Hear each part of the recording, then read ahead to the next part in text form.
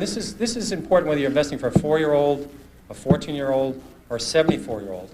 You have to say, what am I going to do when the market goes down? Because I've had audiences like this, larger audiences, and I'll say, how many people in the room are short-term investors? I've never had anybody ever raise their hand. I mean, everybody in the world is a long-term investor until the market goes down. And like in I remember 1990. 1990 was so much scarier than 87. 87, the market just fell down, and you call up companies and said, our business is terrific. We're about to announce a stock buyback, or we're already buying back our stock. Business is great, and we can't figure this out. But in 1990, you had Kuwait invaded. You had the banking system really on the ropes. I mean, really close. You called up a company and they said the business was slowing down. We sent 500,000 troops to Saudi, and we were about to fight what people thought was the remember, it was the 4th largest army in the world, and they were the toughest army in the world, and this was going to be a terrible war, and that we ought to sit them out. Remember the theory, the big theory, there's a lot of people in this city saying, we ought to wait them out. You know, we'd still be waiting there at 120 degrees with our 500,000 people. I mean, I think Bush made an incredibly brave decision on the information he was getting to go in there and knock them out, or we'd still be there.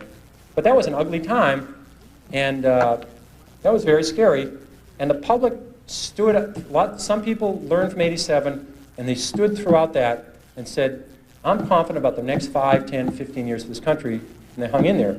So I would say if you want to buy a small growth fund, or you want to buy a balanced fund that's part bonds and part stocks, you can put so much money in, put more in every year, you'll be very pleased in 10, 20, 30 years. Stocks will beat the hell out of money markets, they can beat the hell out of bonds. No group of, you think of it, any corporations, McDonald's, any of these great companies, Marriott, you name it, they've never got together and said, geez, you know, we're really doing well. Why don't we raise the coupon on our bonds? You know, those bondholders have been really loyal. We've been given 8%. Why don't we raise it to 9?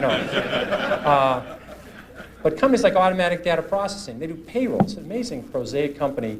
32 years of higher earnings. 32 years of double-digit earnings growth.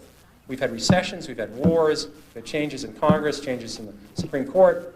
32 years of up earnings. So, I mean, that's what you're relying on. Johnson & Johnson, 30 years of up earnings. I mean, these are General Parts, 42 years of up earnings. Emerson Electric, 38 years of up earnings. You don't see companies like this in other parts of the world.